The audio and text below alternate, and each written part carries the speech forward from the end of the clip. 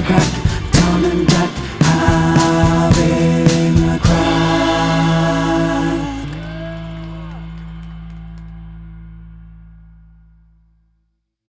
And they're off. Welcome to Tom and Jack having a crack. To the races. You just totally He's been ruined sat on that. He's been sat on that. It's Tom and Jack having the crack. We're here back again with Adam Kumas and Dave Anthony. Lads, how we doing? Gang. Good. Jack's feeling fruity because we both got pissed like teenagers last night. Oh, jeez. I don't know how. Why did you let me keep going? What do you mean? What do you mean? So we did. You're going to have to cancel that membership. It's both of you that are the probably. problem, because last Yeah. time I saw him, I saw both of you last night, but the last time I saw Jack before that, he said exactly the same thing. He was like, me and Tom was a fucking Soho house until 3 in the morning. Yeah. It was Thursday. Why wouldn't you be? Yeah. It's Thursday. No, that was a Friday, to be fair. That was after Friday. you and Ali were here. Right. That's right. Oh, yeah. That day we got carried away as Yeah. well. Yeah. Right. Yeah, we are terrible enablers. Yeah. Of each other. It's like, because we're both middle-aged men. We'll just have a quiet pint, chat about the gig, chat about comedy. Tom called me middle-aged on I stage did. yesterday. It was brutal. I did. And I realised how badly I'd fucked him. It was so funny. He just, what exactly did you say? You just walked on stage and said something about us being both middle-aged. I was like, mate, I'm 10 years younger than you. Yeah, but An awkward exchange of two men approaching middle age. Yeah, that was it. We fumbled the fist bump. handshake. yeah. But for every other, all intents and purposes, apart from biological, you are pretty much. I'm past, mate. I'm a 50-year-old man. There you go. You got the wisdom of a 60-year-old man. That's how I meant it. With dementia. It's not wisdom. It's like the wisdom of 60-year-old men is basically just like people that grew up off the internet and never had anything fact checks, but just believe everything. Oh yeah, you say a lot of stuff. That's what it is. That's right, yeah. That confidence of like, this is definitely... Oh, yeah, well, of course, because my dad was 54 when he had me, so most of my life experience of, like, most of my sort of early experience of grown men was a 60-year-old man. Yeah. So I fully understand the elderly. What's that like? Because I might have children at 54. Do you know what I mean? Yeah. You turned out all right. Did I? I don't know if I did. I don't know. That's a bold claim, man. I don't know. I'm doing it right now. Yeah. Yeah. But everyone has a purple patch. No, I mean, he's You know what breathing. He's here. I'm thriving, baby. Thriving, yeah. Because what do you miss out on? I mean, a bit of like Catch in the Garden. Well, I mean, he's going to be dead in a few years. Where'd you grow up? In a fucking American movie or something? A Catch in the Garden? My dad Catch was in the Garden in Leeds. Are you in a baseball or what? No. It was more just like, here's my disappointment, catch that. Yeah. No. We did all that same stuff. My dad's always been in very good shape. Like, he's a very active guy. Which I mean, even now, like he's in his 80s, but he looks sort of about like 10 years younger than that. He looks about 70, which you might not think there's much difference in that, but there is. Oh, totally. No, he doesn't. He's quite the opposite. He's like very weather-beaten kind of look, but like in a youthful way. Yeah, in a youthful way. Sort of youthful haggard. Yeah. No, I mean, I think in all of his life up till then, he was just always a very active guy. Like he was always playing sport and like doing lots of sort of outdoor stuff, always camping, canoeing, that sort of stuff. And always just like ate very well and looked after himself. So did he take you on any of these sort of trips? Yeah, loads. And stuff? Oh, okay, that's nice. I know. No one thinks I'm a very outdoorsy person. Yeah, where did you go? Where did you go canoeing? All over the place, but like I grew up. On water the mostly. Coast. Yeah, water mostly. Yeah. We have. Didn't get onto land till I was 18. We've sold them now because none of us were really using them. Although my brother might still have one, but we had about 3 or 4 canoes just in the house. Just that we would use regularly. Stupid fact. That's weird. That's great. Yeah. No, you think you know something? It's stupid if you grow up in Croydon. It's not stupid if you grow up in rural Sussex where there are canals and rivers everywhere. Where did you keep them? Was it a garage? Yeah. Did you have bite? There was as well? there was a shed in the garden. We had a couple up on there, and in the garage we had a couple hanging from the ceiling. And then so like Cookmere Havin is about a 10-15 minute drive from my parents' house, and that's like a nice sort of waterway, like an estuary where you can go all these lots of different sort of smaller rivers, and then you can go out to sea, and you can go out on the sea as well. Or we just track them to the top of the car. Take them on. Oh, I'm fucking sold. I just want to go to canoe now. You know you can go canoeing in Venice. You should be a canoe salesman. You can go canoeing in Venice. Did you know that? That'd be sick. That'd be amazing. Yeah, that would be fun. Is there a rivalry between the gondolas and the canoeists? Everyone hates the canoeists. Oh yeah. The canoeists is like an American adventure holiday group that is based outside the city that canoes in, and there's nothing they can do about it, and everyone hates. That sounds like a fun idea. I know what the reality would be, and you would basically be one of those like silent disco things that are in Edinburgh and just piss everyone the fuck off. Yeah. Have you ever been on like a dating app and seen it? Yes. Yeah, I know. We know. Anyone on the apps listening on? Eh? You know when you're on a date and like, just you see something and you're like, nah, just instantly. The picture or just like a phrase or something. It's my reflection usually. Yeah.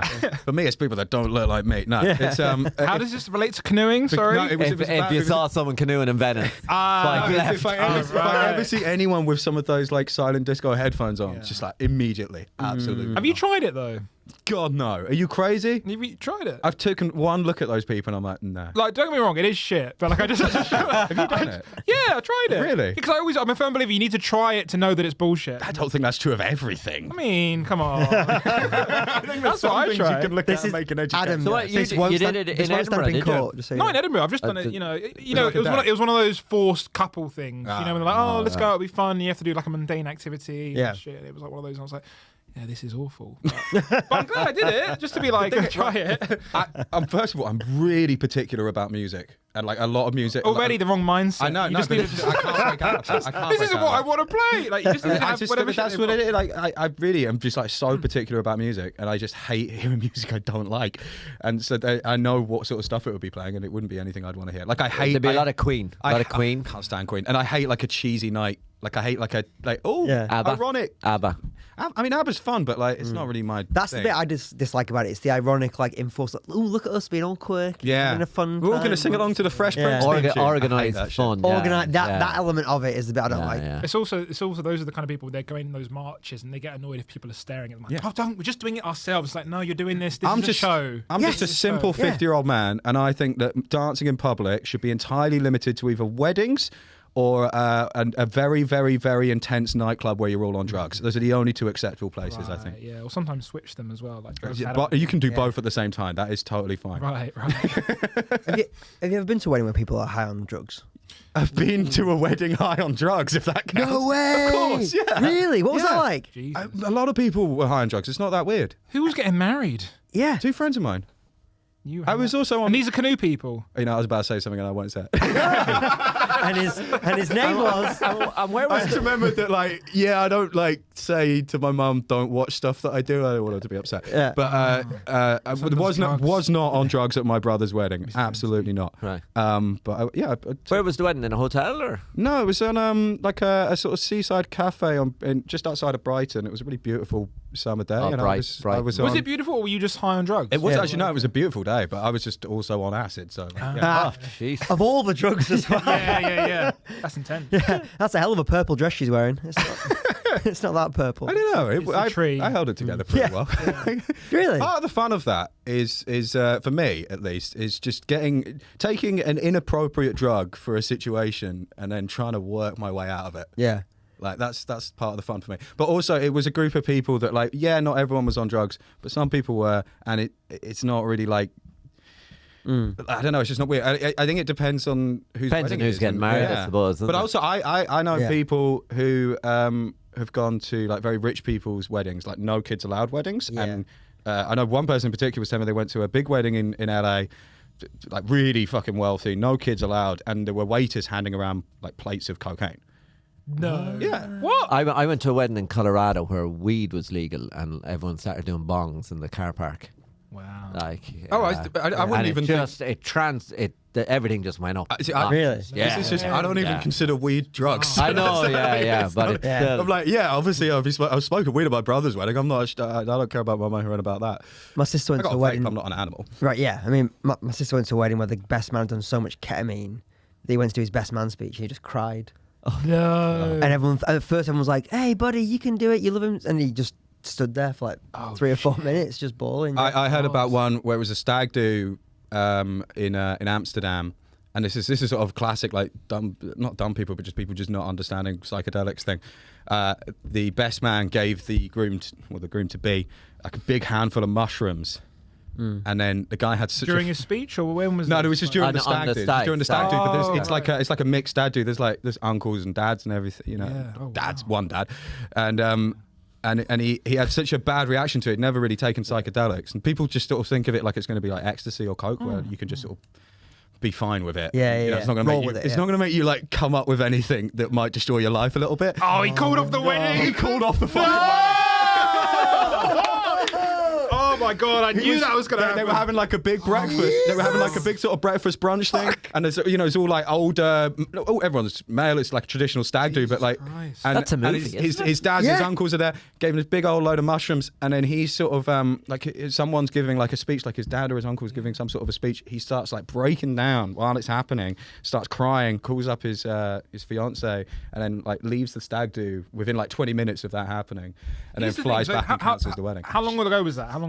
Mate, I don't know. It was a little while. But so is he still happy that he made that decision? It wasn't someone I know. It was I know the guy who was at that stag do. Yeah, I'd love to check in. Yeah, because if he's like genuinely like, you know what, I stand by my decision. Actually, that was really good. Then that best man is a fucking legend. He's helped him out. I know it's shitty, but my own personal experience about making very, very, very drastic life decisions based on trips, it usually works out fine. Honestly, really? Yeah, because it's kind of what you deep down know that you wanted to do. It's getting what it is. Deep, yeah. Well, that's why, because like he took it expecting it to just be like a fun thing, or like he'd just be like really high and just be walking around going, oh, I love everyone. But what it does instead is if you're not prepared for it, or you're having something that you're trying to push down, it'll bring it right to the front and make you confront it. Because we have a mutual friend, a comedian who did a trip on acid, and at the end ended his relationship, didn't he? Yeah. And he just sort of said something along the lines of, I just don't see you in my future. He had a vision of the future, and she wasn't in it. Yeah, and he was like, I just don't see it. And then he's to this day is like, I'm glad that I did that. I did that, yeah.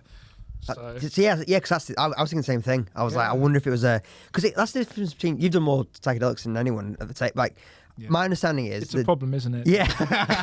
Well, then I guess we don't want to hang out on Sunday, then, Kim. That's what you're saying. It's the difference between like coke and MDMA and stuff, and like booze, the like, classy ones. Yeah. Your family favourites. Yeah. So are we basically saying that people make better decisions on psychedelics? That's the message we're giving out to the children. So should we be given acid to juries then in big trials? Would they make better decisions? That was the idea of the sort of what was the movement called in the 60s? Those guys going around on the bus trying to give everyone acid. And the idea was if you pump out a load of acid and get it into the public consciousness, that it will slowly sort of change the leaders of tomorrow. Turns out it doesn't really work that well. There's a village in France where the CIA put acid in the bread. Oh, really? During World War II. Have you never heard about that? No, I never heard about that. Yeah. Is that real? Yeah, it's a true story. Bread. I mean, you can't make it more French than that. Put it in a the bread. nice pastry or something. The whole village tripped out. Yeah. They didn't find out like what had happened for decades. No way. How did they react? What was the thing? Well, they all had a trip for like. Does it all come out the same? So they all talked. The village all talked about the day. They all thought they had some kind of post-traumatic stress or something had happened to them. They all gone crazy. God. And then years later, it came out that the CIA had done it as a real live test. What? Yeah, because if you take a lot of it, you do functionally go insane for like a 12-hour period. Is this from experience you're talking about? Does make the CIA sound like a lot of fun, doesn't it? So how do you get that job? It's like, all right, you're going to be bombing this part of the country. Yeah. You're going to overthrow that dictator. Jack, we've got a job for you. Get in the kitchen. We're making bread. How familiar are you with a croissant? Yeah. We're gonna monitor this. Have you read? There's a book. Is it How to Spot a Psychopath? In that book. Have you ever read that book? John Ronson. The psychopath test. Yeah, very interesting. And there's that guy. There was a doctor in Canada who got a license to give LSD to psychopaths to see if he could change them. And it didn't work. If anything, it made them worse. What's the after you read that book? Did you start like spotting it in people you knew? Because 100%. Yeah. Did you? Yeah, I was quite a bit younger when I read that. But didn't he? I mean, it wasn't the book basically saying that it was like the sort of key identifiers that we use to identify psychopaths. They're not like clinically proven, and they were saying it's all it was a bit quite wishy-washy. hard. That's what it was. That's why I came out. I think it's kind of you have to have so many traits, and everybody has one or two of them. Yeah. Do you know what I mean? Yeah. I remember because I read that book, and then about a year or two later at university, like it got mentioned in a lecture, not the book specifically, but a lot of the stuff that it cited, and particularly Bob Hare, who's the guy that created the psychopath checklist. And their argument, or at least the lecturer's argument, was that it's basically the same as like criminal profiling. Like it's a little bit of a pseudoscience. Well, it might help you identify why someone's doing this behavior, but it's there was that guy who said he tried to say he was a psychopath to get out of like a sentence. I think he assaulted like a homeless guy, and he goes, "Oh, I'm crazy," and then he ended up thinking, "I'll do like 6 months in a a psychiatric ward rather than prison time, and he was there for like a decade or something, and he can't get out because every time they try and profile him and say, hey, we know you're a psycho, and he goes, no, I'm not, I faked it. And they go, classic psychopath behavior. And then he goes, well, I will do the courses then. He goes, well, now you're just doing that because we've said you're classic psychopath behavior. So it's once you've been tarred with it, it's like you can't. And I think it was something about the Scientologist church were like campaigning against. Do you remember that? They were saying that. Yeah. And I was like, that's the weird it. thing. No, they it was just because they've got a lot of fucking. They're against psychopaths in there. psychiatrists. Yeah. So they were like. They're against It's like a massive talent in that. And I was thinking that's like one good thing about them. They were trying to free this guy by saying, it's not true, and he's actually like not a psychopath. And it's very interesting. So Yeah. The Scientology must over-index on psychopaths. Oh yeah, 100%. Must do. And they're one of the few religious groups that I'm afraid of. So Why are my you guys do a afraid? great job. My dad, Have you seen how they go after the ex? My dad had a mate that was quite high up in Scientology because my dad used to work in a school. One of the canoers. Name canoeing, no, it was actually. That's how you get into the It was building. tennis. He used to play tennis with him. Lame. And because my dad used to teach in a school that was near, it was in East Grinstead, and East Grinstead is right near where the centre of Scientology is. Like they have the big centre in LA, but that's not where it's actually based. Or at least it wasn't for a long time. I don't know if it still is. Largely because we were the only country that didn't kick them out. Really? Yeah. They had a lot of money, and we were like, well, we like people with a lot of money. We like money. We like money. So they had this huge big mansion out there, and that's where the centre of the whole thing was for years. And my dad was playing tennis with this I think he was a dentist that he was quite a wealthy guy, and he Classic dentist. yeah, and he realised after a while that it was just all bullshit and he was trapped in a cult. So he tried to get out, and They don't like that. no, they don't like it. So what he had to do was put everything he had to put everything in his wife's name, divorce his wife. They both moved to Spain. Yeah. And then he had to hide out there because they were suing him for fucking everything. Yeah. And he's like, well, you can't sue me for everything if I have nothing. Yeah. That's bizarre, isn't it? But he also stole a load of information from them when he left, supposedly. Like he took a load of information of personnel. Right. Because they were money laundering loads of other stuff. The church. Well, yeah, he was helping them do it. Yeah, Catholic Church isn't that bothered. No, they just stick to simple molestation. Yeah. Just fine. Yeah. Like, good honest stuff. Family You know. favourites. We know that. Talking about psychopaths, did you see this case I think it's in Ohio or somewhere in America, about the 4 university students who got murdered? Have you seen this? In Idaho recently. Idaho, yeah. And the suspect who's been arrested is someone who was studying criminology who tried to become a policeman. They think he's just they reckon he was just fascinated by criminal minds. Gotta stop taking things away from white guys. Yeah. Just give white guys what they want. such a We've come bizarre- round to the point of the whole. But it's so bizarre, like, isn't it? It just doesn't make any sense. Wait, hang on. In that situation, what are you giving him that he wants? Just anything. Because I think he got what he wanted. No, he wanted to be a policeman and he couldn't be a They policeman. wouldn't let him, yeah. Yeah, they wouldn't let him be a policeman. I mean, that's a good reason to kill people. God, isn't that amazing? Because they don't seem to have any standards. So Yeah. what the fuck was that guy? Well, we know what he was doing. Now he's going to kill people. That's in the form, yeah. I'm quite homicidal. Is that going to be... Well, how's quite? I mean, we can deal with a bit. Yeah, exactly, yeah. But we can cover up the first 2 or 3. Just I was actually thinking the other day that, like in sometimes in court you need a character witness. Yeah. That if you said like you tried to get into the police and they didn't have you, that would kind of vouch as you've got good character. Yeah. Do you know what I mean? Yeah. Sure. he seemed way too honest. He wouldn't lie for his mates. He's never beat up. Fuck Team the member. police. He's never beat up anybody in public before. Yeah. Yeah, absolutely. Yeah, that's all. You look like you could be a policeman. Do I? You got a policeman. And that's after what we just said about him mainly being. You have pieces of 2, shit. Adam, to be fair. You got a policeman. Fuck you. You got a policeman vibe.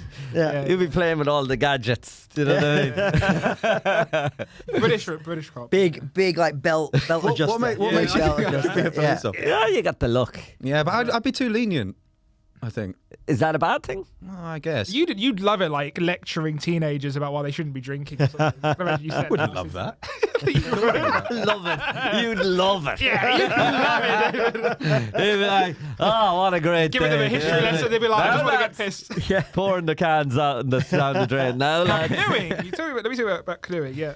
police officers must, when they see a group of teenage boys, must be like, oh, for fuck's sake. Yeah. Because they're never doing anything serious. You're doing anything that's annoying, yeah. What do you mean they're not doing anything serious? I'm Sometimes they terrified of definitely groups. are. Sometimes a little bit stabby. Sure. A little bit. I'm frightened of groups of teenage boys. Like, Really? I, That's how you know you're getting yeah. involved. I That always worries you. circumvent around them. Like, if I'm walking down the street and I see them, I'll move so I don't. Not that this is the attitude you should be having, but when did you transition from I could, if you needed to, if shit got real, I could like rip these, I could hold my own, to I should probably just cross the road. When did that happen? Because that's I don't think I've ever been. I never walked by Really? a teenage boys and You've never I had kick that- the fuck out of No, them. no, like, but you've never I can had, handle myself. I can deal with it. 100%. By yourself? Yeah, but like it's delusion. But you just feel like if things got real, You're watching too many I've superhero never movies. Really? lads, you know what I mean? You've never had that thing of like, you've never had that sort of confidence of being like, if things got real, I'd be all right. No, because I've Really? seen when people get beaten the shit out of by 5 guys, and I know that I can't handle that. I know. Like, we're talking about teenagers, man. Yeah. Yeah. Yeah, but teenagers are strong.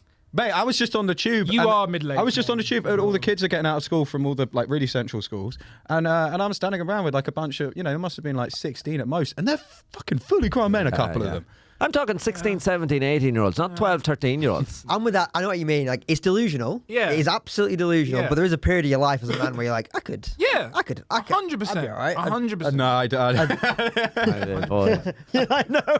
They got the numbers. You want to get that checked out. That might be like I don't think I was under any testosterone or delusion something. ever about not being able to handle myself with 5 guys trying to No. fight. Yeah. Yes. So you already defeatist attitude, I think. No, it's not defeatist attitude. It's just reality. Like, But have you ever punched anyone, Adam? Yeah, a bunch of times. I've been punched a bunch of times as well. I used to be a proper scrapper when I was a kid. Really? Yeah. And I scrubbed up well now because now it's assault if you're boring.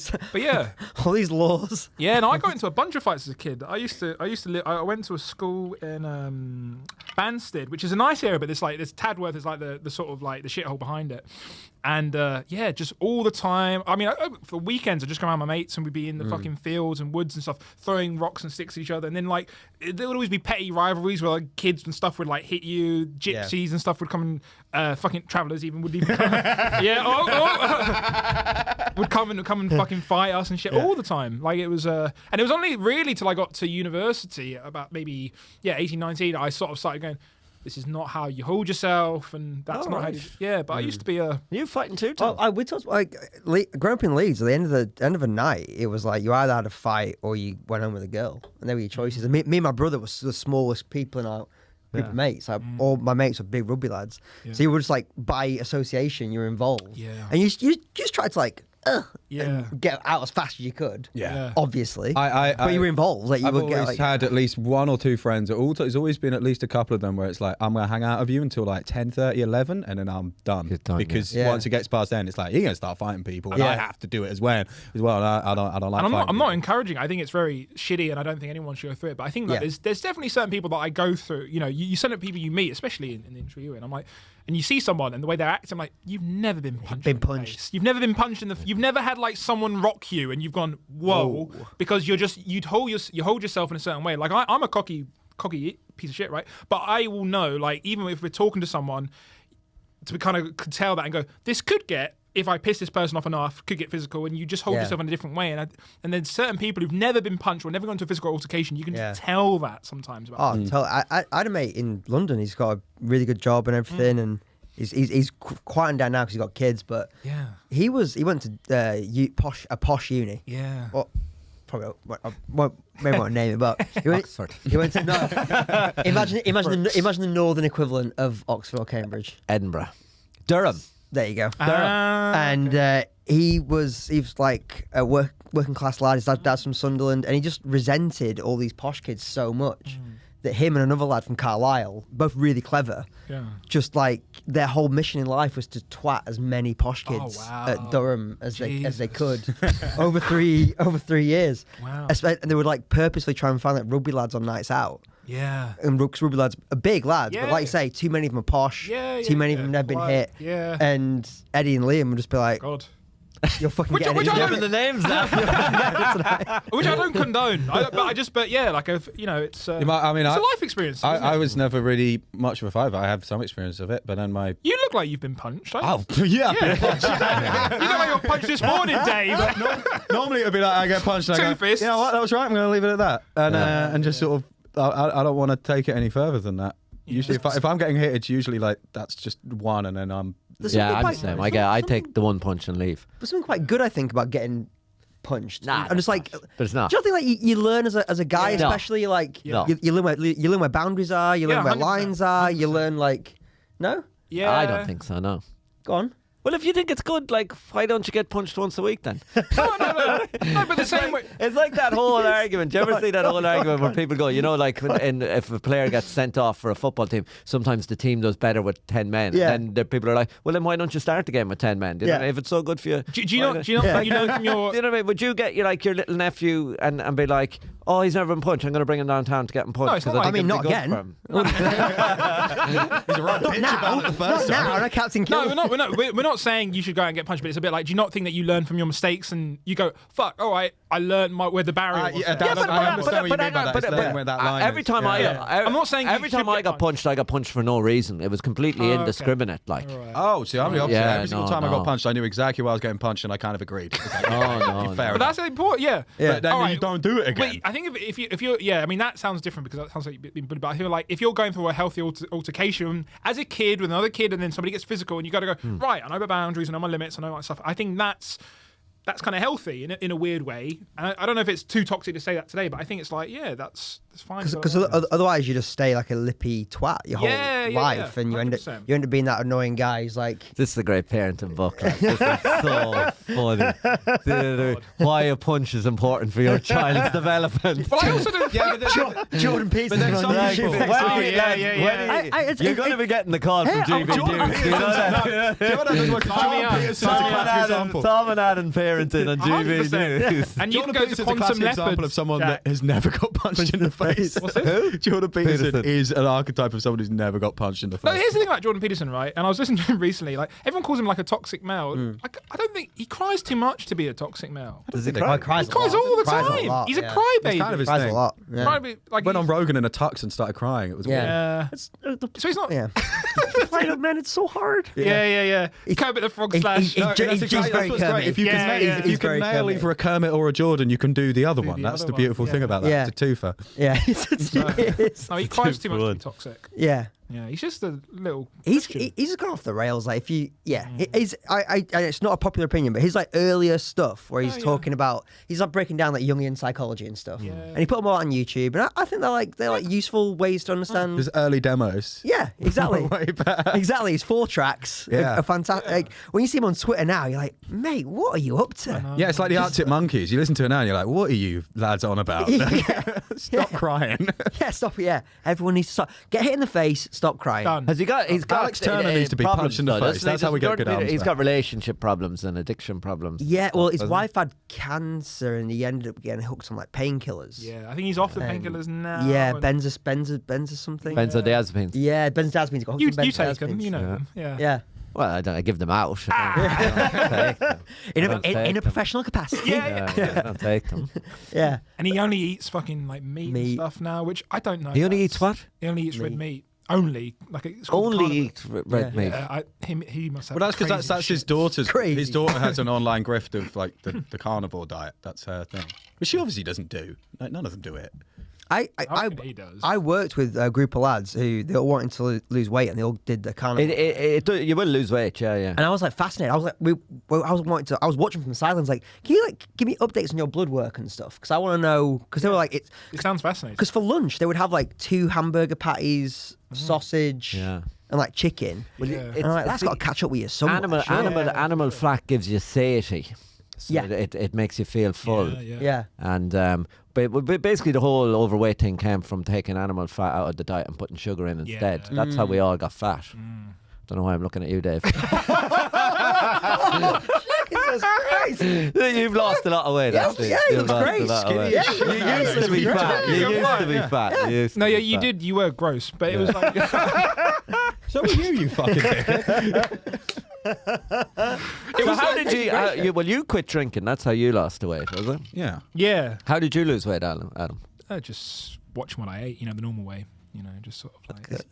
It's all diet, isn't it? Yeah. It's all I refuse diet. to do Well, any I won't exercise. fucking take shit from Kumas for this because we both came out of lockdown fat. Yeah, exactly. But you did it. I did it the honest way by just being drunk as shit for like 2 or 3 years. I love how you frame that as the honest way. That is the Go honest on. way. Yeah, I wasn't entirely serious with that, but we'll catch up with that later. I did it the honest way.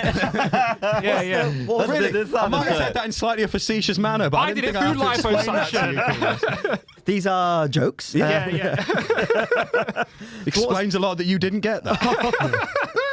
So what was Adam's way? What was the dishonest way? Just eating like a fucking animal. How's it different to you? What? Because I was just I drinking. didn't eat myself out of you it. go. Yeah. Sweets, lots of sweets. Or... No, just fucking. I portions to eat food all the time. Yeah, just like burgers and chips and all that sort of stuff, and just cut back on it. Yeah. I was I was when I moved back from America. First, my mum, when she saw me the first time, just went, "Oh no." I love that. I love that. She couldn't hide it because my brother was the first one to see me, and I've been on my own for like 3 months. It was a pretty dark time. How big Oh, were you? this lockdown in America. Yeah. Do you remember how much did you weigh? How much? Oh, so I'm 12 stone now. I was almost 14 stone. Okay. What's that in kilograms? It's like so I'm 75 kilograms or whatever it is, 80 kilograms, and I was like maybe. Yeah. Yeah. And what Like it- 10, it- 12 kilograms. The portions are huge in America. Though, Portions are aren't huge, but I was telling you last night, the way I got through lockdown was like, at one point I was drinking a bottle of whiskey a week. No. And then at a certain point, there was I was like Jesus. putting... Hey, I was drinking a bottle of rum a day. and I was putting putting drinking 2 a bottles of 70 whiskey in the centilitre. recycling. And I was like, how's that got in there? What's that? And I was like, it's just you, buddy. You're just doing this by yourself. Oh shit. Yeah. What was it? Why? What was it? Were you just like? Because I was on... Because it was... it's weird. It was a weird time. I couldn't get anyone to meet me in real life. Yeah. Because America... I mean, that first couple of weeks of the pandemic, it was pretty wild. Yeah. No one really knew what to do. God. And Americans were freaked out more than most because like, healthcare is an issue and yada, yada, yada. And I became acutely aware. I was living in a place where I had no family, Yeah. no friends outside of friends I'd made at work. Jesus. So no one was willing to be like, yeah, buddy, I'll Yeah. Meet you. come meet you. Yeah. Because they were like, yeah, we're mates and everything, but like, I'm not going to risk, my health or whatever. Yeah. So yeah, it was like 3 months of just. Fuck. I didn't see another person apart from the cashier at the supermarket for 6 weeks. Wow. Jesus. So you That's were drinking mad. wine. Yeah, You're lucky you didn't go insane. mate, You're probably close to it. I was were you? close. I was definitely. I pushing had something. Were you Yeah. talking to yourself a lot when you got Yeah. drunk? Yeah, no, it was dark. It was really dark. I had a very similar situation. Because Yeah. I was alone in the flat for like months and months and months. And a lot of it, I didn't even have a job. But you were drinking 2 bottles of whiskey a day. I was drinking... A week. I was drinking a 70 centilitre of rum a day. What kind of rum were you drinking? The cheap Captain stuff, Morgan's the cheap usually. stuff. And what with Yeah. Coke? Yeah, Captain yeah. Morgan and Coke? Yeah. And I would- and I- what time would you I have your was first just- drink at? I'd wake up drunk and just immediately start drinking. I would be drinking. I would just be in the shower for like 4 hours. Oh, I feel sick. I remember thinking for about like it. several days in a row. I was just on a loop of like drinking rum in the shower and just In the shower? And I was singing. What about your flatmate? Did he not help? No one else. I wasn't living with Sean at the time. I was living in northwest London just by myself. Everyone else had moved out, and I was just smoking weed in the flat just all day and just being just drunk as shit the entire time. And I remember so vividly just like being in a fucking haze, like it was completely insane. And I was in the shower for like 3 hours just repeatedly singing. Do you know that song Running with the Devil by Van Halen? Okay. And I just kept putting I mean, any song's gonna be sad at this I point. just- it was just me over and over again just doing like Comtown-esque like other words to it, just like sucking on a penis, finger in my ass, just for hours. We need to explore this further. that's like This the is really lifestyle of a interesting. washed-up Hollywood star, Yeah, isn't it? 100%, That's yeah. like complete. You're Without up the in the career. Hollywood Hills. you got nothing to do, like Yeah. drinking rum every day. Yeah. Just like an absolute lunatic. You know what? This is really nice because I just feel like really But put together what's now. funny about that as well is that I remember when I quit drinking and like started to lose a lot of weight like rapidly. Yeah. And I remember you saying like is that all booze weight? And I was like, yeah. And you were like, I didn't realise you had that much of a problem. I was just like, well, you don't really know me that well, but like, yeah, if you saw what I was doing, Yeah. or even before lockdown, it wasn't that much different. I just had more things I had to do during the day, so I had like a reason to not. But as soon as I was like out of work, excuse me, it was just like fucking going for it. So and then a lot of beer as well, which obviously makes you just like It's like a loaf of pack on bread, a lot. if you're having like a couple of beers, But then also you're not going anywhere, you're not doing anything. It was just like just got steadily more insane. So it's really interesting here, those two sort of unravelings. Like the fucking closest I got to getting crazy was I just fucking played video games. Like I must have put in like an 18-hour shift of just playing one video game. Yeah. And just like, I think it was a zombie game. The problem was my... Yeah, the real difficulty of that is when you. I was showering all day. I was there's nothing to do. Didn't hear one Van Halen song. Yeah, didn't sing. I was just singing to myself, but like, the problem is that when you come out the other side of it, like you're in complete isolation, but also like alcoholism makes you isolated anyway. So I couldn't fucking talk to anyone. I couldn't hang out with anyone. And also like couldn't do anything without drinking. But there must have been a physical changes too. Like your body, when you didn't drink, your body must have felt weird. Or, alcohol withdrawal. Yeah. I've had that a few times. Yeah. Shakes and stuff. Yeah. Of course. But I've had that numerous times, even when I wasn't like drinking all day every day. I've had that before. If you just have like 3 or 4 days on the trot, and then you're just like your sense of reality gets a bit warped, doesn't it? Completely insane. But you're also just like dumb. You're so dumb. Like my brain just wasn't working. And if you do that for too long, you get what they call water brain, where your brain basically just goes fucking. I can't do it, mate. Wow. And what do you think was the impetus then to go the other way, to stop? Because my life was horrible, Peter. Yeah, but like it would have been horrible every day. But why? What do you think? Like the catalyst that made you just go, okay, I'm going to sort this out. Was it God? I had a couple. I'll leave right now. Church of Scientology. Is this place in East Grinstead? Yeah. It was a number of things. I think largely because I had. We'd started doing a lot more shows. So everything started opening up again. Everything started, no, but it was more than that, because like I'd had that problem before we went into lockdown. It had just been sort of put on fucking steroids while I was in lockdown. But it would have been that point anyway. It just would have, I don't know if it would have taken the same amount of time or what, but it would have got to that level regardless. But I suddenly had something that I actually wanted to do. I had something that was giving my life some purpose, and also it gave me a lot of like confidence in myself that I just had never had. Because suddenly I was forced to emceeing like 4 times a week, and then suddenly it was 5 times a week, and I'm being forced to being pushed in front of people that normally I would look at and think they would hate me. And that was a lot of like. You're one of these comedy saved my life people. It's not comedy saved my life. That was part of it. That gave me the confidence. Comedy and then might have saved my life. And then a few heavy trips that I came out the other end and had this sort of, as I said, it brings forward the stuff at the back of your mind that you don't want to confront about yourself. Yeah. And it was the realization. It happened not incrementally, but it was sort of like each increment was quite big. So like after the first couple of ones, it was just like, this is going to be forever, and then like there's nothing interesting about this anymore. Like it doesn't solve anything. I don't feel like I get anything out of it. I don't even like it. I'm not even doing it around people because most of my friends don't really drink that much, and I don't want to drink around people because when I do, I get sad. So then when you come out the other, like when you realize that sort of in these big increments, and then one day just finally woke up and was like, it's either I stop now or this is the rest of my life. Wow. Yeah. There's a doctor in America who writes books about addiction, right? And his thesis is that most people just grow out of addiction. That the main majority reaction to addiction is that you grow out of it. Right. I took it as far as it could. It's just like, and that was the feeling by the end of it, was like, I can't even pinpoint what the feeling of drunkenness is. I can't pinpoint how it feels. I couldn't tell you. Yeah. And so there's nothing enjoyable about this. It's just a compulsion. And if it's just a compulsion and you don't enjoy it, then it's like, what's the fucking point? I remember once I had an ex-girlfriend criticize me one time because she was just like, all you ever do is like, you don't do anything you don't want to do. You only ever do things you want to do. And people have to do things they want to do. And I'm like, no. You have to do things you want to do. I'll do whatever the fuck I want. So how far I didn't want to do that anymore. Like, was it like, because I don't want to brush my teeth, but I do that. Like, no, obviously, but I do want to do that because otherwise I'll have stinky breath and horrible teeth. Right. Okay. You know? So that is something I want to do, but I want to do it for the different reasons. I want to do it because that's a good thing to do for myself. It's good that you found a way out of it, man. And it's a shame because alcohol's fucking fun, but it's like one of those things where it's like. It's fun for you. Oh, it's great. Yeah, but that was drinking a bottle of rum every day isn't fun. No, but that's the other thing as well. It's fun for you. Yeah. It was never fun for me. It never was. Really? No, I thought it was, and I thought that was because you're raised in a culture where like that's your only understanding of how you enjoy yourself. So mine was slightly different because mine was I really enjoyed I still enjoy having a drink, but I've scaled way back.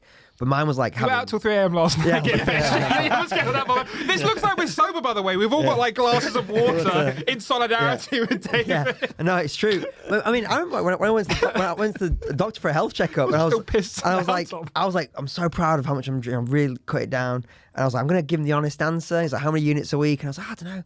Sort of like this. And he's like, okay, that's about 28 units a week. I was like, yeah, I know. It's the least I've ever drunk. I'm feeling really on top of it. And he's like, yeah, it's about double the recommended average. Wow. And I was like, no fucking way. Yeah. And I was like, but that means you can only get pissed about once a week. And he's like, yeah. And it's just like recently, I realized that from being northern, my dad's an alcoholic. Well, he didn't really have a mate, but he's an alcoholic. Right. And rugby culture. I've just grown up in this environment where, like, if you're not pissed most of the time, you're like, what are you doing, sort of thing. Yeah, because I was raised in a dry, unintentionally dry household. My mum never drank. She was like, "Yep, never drinks." And my dad, he's a black cab driver and he works nights, so he just never drinks. So it was like maybe once a year at Christmas he'll have a beer if he's not working that night. And I used to get out. My response to that as a kid was going out and getting pissed all the time, from like the ages of like 15 all the way up until like maybe 19. And by the time I went to university, I'd sort of grown out of that in terms of like, I don't want to do this anymore. And I had a couple of instances where I got really drunk and I passed out. I remember once I fell down a flight of stairs backwards. Oh. Yeah, really bad. And what happened was I didn't kind of go dum-dum-dum. It was just like, I remember the last moment, one of my fucking dickhead friends at the time, like I was upstairs and I was like hiding 2 pints, and then the guy, I was waiting for go to the loo, and then the last thing I remember, he said, hold my drink, mate. Oh, so you... And I just remember going... And I just remember waking up, and I remember being in my pants, in a fucking bed at this girl's fucking house. Oh, no. And then what had happened was, and then I remember going downstairs in my pants going, what the hell's going on? And people looking at me going, oh, you're fucking alive, you're alive. I was like, what happened? They said, you just fell down the entire flight of stairs. And you didn't just go dum-dum-dum. You just went bang. Like, and then, just like was it in someone's house? Someone's house. Full flight of stairs, just hit the back. And I said, no, I didn't. And they said, feel the back of your head. Went to my head, this massive lump on the back of my head. They said we were going to call an ambulance. You were passed out, and the only reason why we didn't go is because your eyes at the back of your head. You woke up, you projectile vomited all over the place, and I can't believe they didn't call an ambulance. I know, because we were fucking teenagers. They were like, "You seem all We'll get in right." trouble if we call an ambulance. Yeah. He'll be all right. His eyes are rolling. And apparently, even when I was pissed, Like severe concussion. I know, severe concussion, yeah. And I remember just like being like, what the hell? And then I didn't have any clothes to wear, so I ended up wearing this girl. She gave me her leavers blouse. It was like year 11. Because I'd like, oh, Charlotte, you're a slut with like tits and stuff drawn on it. I remember going back, and then my mum was like, what happened to you? And I was like, this person was sick on me, and pulled it out. And then since then, I've just never got that drunk. I've just kind of, do you know what? That was it. One song. Because I didn't like the fact that I just couldn't remember what happened. Like I just felt like I was robbed, and I'm a control freak. I'm a bit of a control freak. I'm just the idea of like not knowing placing where those hours were just really got. That's frightening. Yeah, it is. Yeah, that's frightening. And I've just never got that drunk since, like to that point. So I've had a fucking million experiences like that, and not one of them ever even made me question stopping. Really? No. There was like one or two of them that made me stop for like a month, but I always knew I was going back. Always. Why?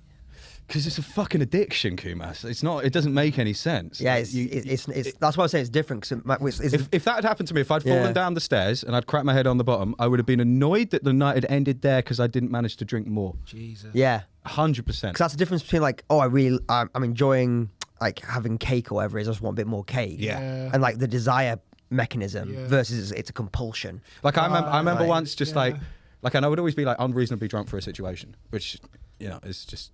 It's just because that was the level I needed to be at. And I remember so many times like either like throwing up or just passing out like early, and then waking up the next day and immediately started drinking again because it's like, no, I didn't get to experience the level of drunkenness for the time that I wanted it, which was forever.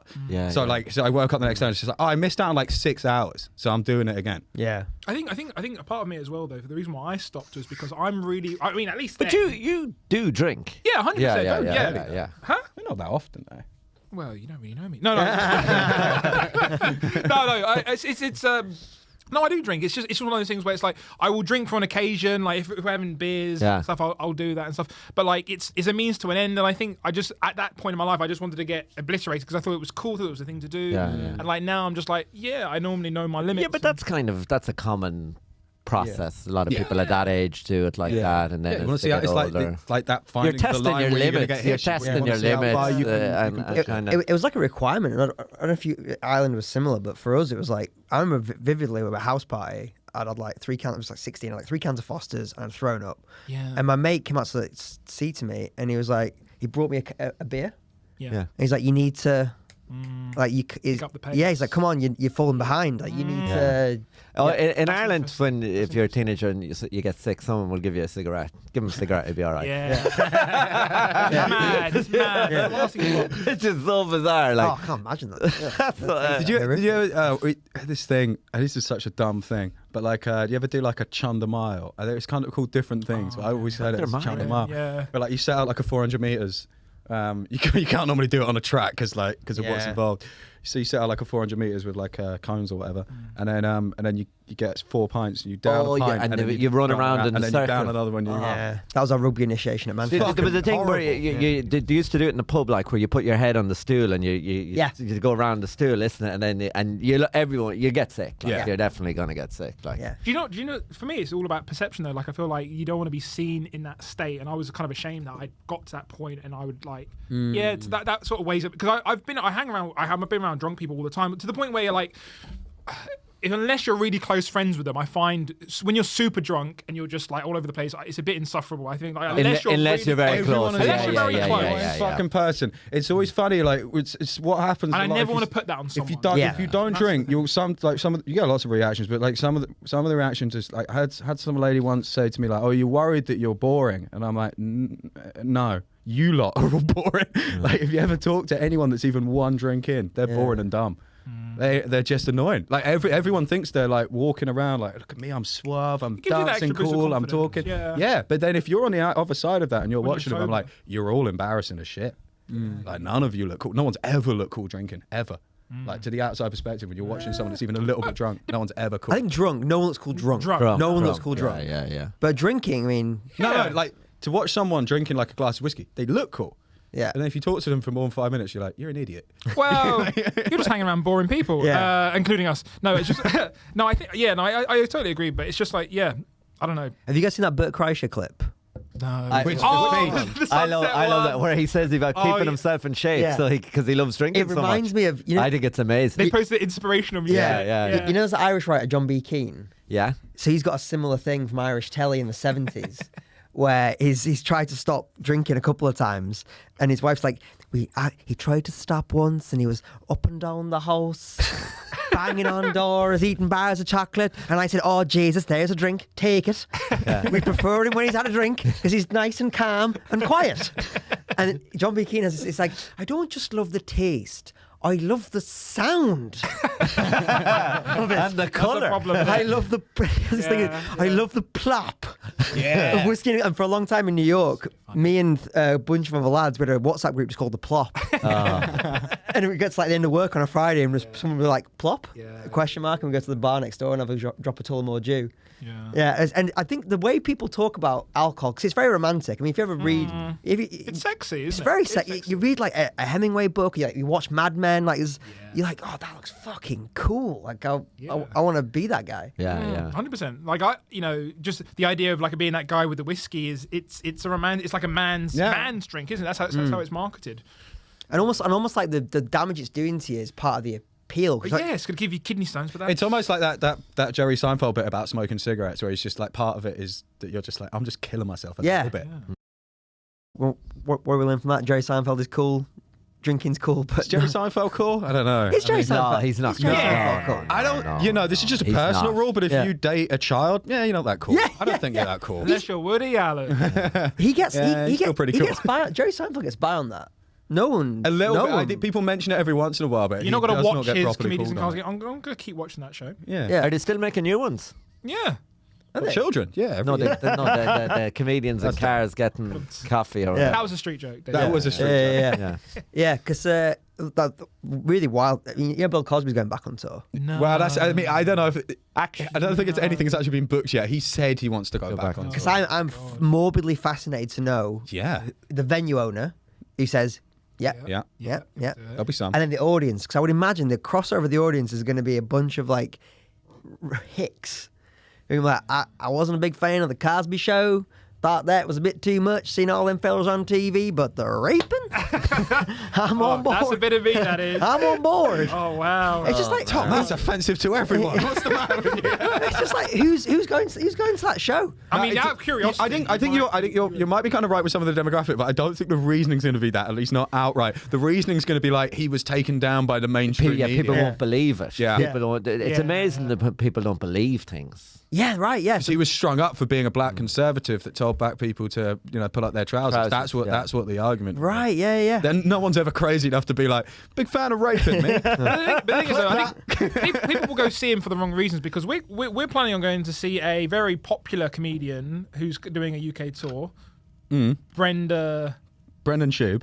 Brendan Sharp. Are you going to go see it? Ironically, we want to go see it. Do you want to come? We've got a few. Do you know what? I would love to come. Yeah, we That'd want be to amazing. see. Who is this now? I'm collecting One of the best comedians of our time. He used to be He's an up there with MMA Bill fighter. Burr. He became a comedian. You're telling me about him, yeah. We're going to him because it can be bad. But what's going to happen is it's going to humanize him, and then it's never going to be fun to laugh. Yeah, because you're going to be sober, we're going to be pissed, so it's going to be again, much like the weddings. Why is everyone assuming I'm going to be sober? Right. I don't know where this idea came from. So for context, Brendan Schaub was an MMA fighter, mates Joe Rogan, started doing stand-up. Within a year and a half or 2 years of doing stand-up, he had a Showtime special. Right. He's then just, and it was terrible. Obviously, really bad. because anyone's special will be terrible 2 Yeah, years in. 100%. And then he's then released another special, which is 27 minutes long. I don't even think it's that. They might be like 23. It's heavily edited. Like all of us would be able to tell, it's heavily edited. He's like just about squeezed out 26 minutes of mediocre laughter. It's called The Gringo Pappy. It's about how his wife is Mexican. It's Yeah, hilarious. it's terrible. It's like jokes like, she's putting salsa on chips. Like, what is this? Like things like that. Right. So he's got this Reddit page. He's got this Reddit page, which was originally for the fans of his podcast. It's now just a massive troll. Yeah. And I would imagine a lot of the people are going to go see him live. Oh my God, we're hoping it's all going to be. It's We're gonna going to be get like t-shirts all that. made. It's going to be like the Reddit page. It's going to be Come fucking to life. It's going to be 100%. it's going to be all of the kitchen workers at Chang's coming out. Yeah, Just cats. hats, homeless cats everywhere. He's becoming like The Room, isn't it? Yes. A little The bit, yeah. movie, But yeah. it's way more mean-spirited than that. Like they kind of want this guy to fail, whereas at least The Room, it was like, I want to see what this is. There's some sort of fascination with it, but there's also kind of an affection for it. There's no affection here. This is like, no, you suck. I actually don't mind him I think he's a nice guy. Oh no, I'm talking about the subreddit. Like, because you're not in on the subreddit. I think you're just in it because like it would be funny to see. Yeah. And I don't know, there's a whole gang getting together. It'd be Yeah, fun. yeah. But like for a lot of us, it's like no. We've been following this for a long time. I don't necessarily agree with everything. But a lot of that subreddit stuff is pretty funny, and they just because he's put so all these podcasts, everything he does is very public. He's like a big social media guy, so there's loads and loads of content, and they just collect all the content together every day and just pick it apart piece by piece to just mock this man. Yeah. So my theory on it is that so he's playing one of the bigger London theatres. I can't remember which one, but I doubt he's going to be able to fill it. So the tickets are either going to start be given out for like 2 for 1 or like dirt cheap or whatever. Yeah. So we're going to wait until he can't fill it, and it's going to fill with just pieces of shit. I'll definitely come. Oh, let's go. It's going to be like I'll add you to the list. We've actually got a list of comics. When is it? Let me check my diary. I think it's in June. Yeah. All right. Oh yeah, put me down. That'll be Put me down. amazing. Put me down. All right. It's just going to be a bunch of comedians who don't By support him. the way, at the moment, and it is open to everyone, but at the moment, and I think it's going to stay this way. It's a lot of fellas. Yeah. Just the way we like it. Yeah, it sounds like a tough sell. Yeah, it's yeah. Yeah, because So you're going to go see this comedian because you don't like him? Yeah. Because we just think he's so It's bad. so bad. Yeah. It's going to be amazing to see. And for me personally, as I said, like I've been following this stuff for a long I'm time. going to be respectful. I'm not going to boo him or heckle him. I'm just No, gonna be like, absolutely not. You do No, I you. want to see what I happens. want to see that. But people will. I've been People will shout following. like I've been cats. following the stuff on the subreddit for ages because I don't really have a proper job and I've got a lot of time in the day, and I it suckers you in. It's like a soap opera. You really get stuck in it, and at this point, like I know it's going to humanize him and it's going to ruin the whole thing for me. But I've been following it for so long. I have to see it. This is the end of it for me. Yeah. Is going to see him live, and I know that. And then that's and what I you're don't done. think I'm going to enjoy it. I think it's actually going to be Yeah. quite upsetting. But I have to see it. I have to see it out. He just needs. I just think he just needs to He just needs to stop trying to. If he was like just doing like an evening with Brendan Schaub, Shubadoo, Sharp. Yeah. Brenda Shube. Brendan Schaub. If he was just doing an evening with, that's grand. He's making enough money of podcasts. Just do stand up in private. Get good. and then do your tours. Well, I don't think the podcast is making any money anymore. I think that's kind of They're making a fair amount. Yeah, but the numbers are like dropping drastically. They used to put in hundreds of thousands, and now it's in the tens. You see when Rick Glassman went on? Yeah. And so this American comedian, Rick them. Glassman. The podcast called Fire and the Kid, and it was one of the original. It was one of the original podcasts, and like Dave said, it was monumentally popular. It's the only real podcast left. Yeah, really dropped off. And this comic called Rick Glassman went on, who's like his podcast has started to really pop, and Brendan Shaw went on Rick's podcast and was like quite open about like, I'm doing you a favor. I think he said it on the podcast. I'm doing you a favor, Rick, like being here or something. No way. And so Rick went on their podcast and trolled them for an hour. Wow. And it took about 46 minutes for them to realize what he was doing.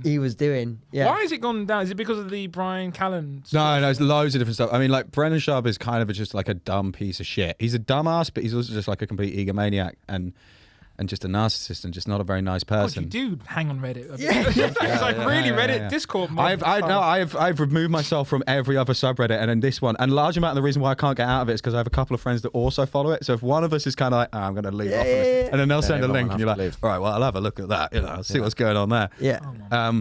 But the Kalila thing didn't help either. There was a load of different stuff. But like, you're right. It started with when he released the special. And then people started to sort of like turn against him because he was trying to bribe people into giving good reviews. Yeah. And he was people like, oh, free merch to give this is embarrassing. If you just owned up to the fact that it was shit, we would just laugh about it and then we could all still enjoy you. Isn't that funny how there's so much forgiveness for just being genuine? And if you fuck up, even if he came up and he's like, yeah, that special was awful. Yeah. People want to go, oh, we're with you now. Exactly. We're with you. It's almost like that's nothing. But he completely showed his ass and he showed like, oh, he doesn't give a shit about them. And that's where the name Homeless Cats and PF Chang's came from because he went on and said like, he's like, oh yeah, people giving criticism online, like they don't matter. They do not matter. Like to me, they could be anyone. They could be just like a homeless cat or someone that works in PF Chang's. And then that became the sparking point for this whole thing because the subreddit's got all of these like ridiculous ways that they talk. Like everything's they call it Charbonnese. Yeah. Like, and it's like a dialect. Like they're just putting in stupid things. So like, yeah, if you go online and just like a mate of mine did it recently. He didn't know that I also followed this stuff, and I didn't know he followed it. And then he just put up something with like a mention of Dicey. Yeah. And I just immediately DM'd him. Was just like, I'm fully in on this. Because then the other bit of the controversy was he thought another comedian called Bobby Lee created this subreddit. So he was adamant that this other comedian and that had happened after he had already repeatedly hit on Bobby Lee's wife. And on was the other comedian Annie Lederman. Annie Lederman and Bobby Lee's wife Kyla both like talked about it on their podcast, not directly. So that's where the Trug Walk thing came from, because apparently he asked Annie Lederman, would you want to walk me to my truck? Because he can't talk properly, so like everything.